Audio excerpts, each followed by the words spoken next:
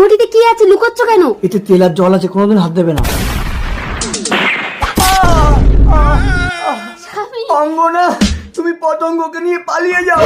দাঁড়াও, পালাতে পারবে না, তোমাদের গেটে তালা বন্ধ করে দিয়েছি। আপনার পায়ে পড়ছি, দয়া করে আমাকে মারবেন না, তাহলে আমার এই মেয়েটা আর বাঁচবে না। আপনি যা চাইবেন আমি আপনাকে তাই দেবো। কথা দাও। আমার মেয়ের মাথায় হাত রেখে বলছি, আপনি যা চাইবেন আমি আপনাকে তাই দেবো। বলুন কি চাই? এখন আমি কিছু চাই না, সময় হলে আমি ঠিক চেয়ে নেব।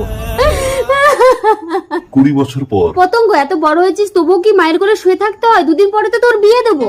ও মা, আমি তোমাকে ছেড়ে কোথাও যাব না। পতঙ্গ, ঘরে যা। প্রতাপ বাবু, আপনি? মনে আছে তাহলে? এত বছর পর আপনি এসেছেন, এই বয়সে আপনাকে দেওয়ার মতো শারীরিক সামর্থ্য আমার নেই। সেই জন্যই তো আমি তোমার মেয়েকে চাই। অসম্ভব, আপনি অন্য কিছু চান। ভুলে যেও না, মেয়ের মাথায় হাত রেখে কথা দিয়েছিলে যা চাইবো তাই দেবে। আমি বিয়ে করতে রাজি। পতঙ্গ, মা ছোটবেলায় বাবাকে হারিয়েছি, এখন আমি তোমাকে হারাতে চাই না। তোমার থেকে তোমার মেয়ে বেশি বুদ্ধিমান, চলে এসো। পতঙ্গ, মা।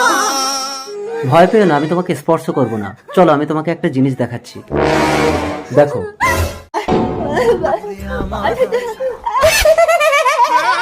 আমার একমাত্র ছেলে প্রলয় আজ থেকে 20 বছর আগে তোমার বাবা কালা জাদু করে আমার স্ত্রীকে মেরে ফেলেছে আর আমার ছেলেটাকে পাগল করে রেখেছে। তুমি যদি আমার ছেলেটাকে ভালো করে দিতে পারো তবেই তুমি মুক্তি পাবে।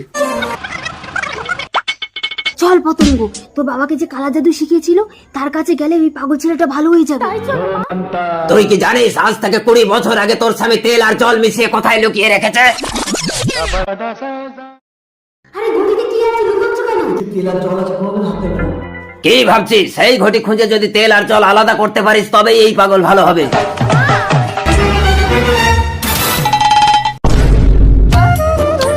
মা, তাড়াতাড়ি তেল আর জল আলাদা করো। করছি করছি।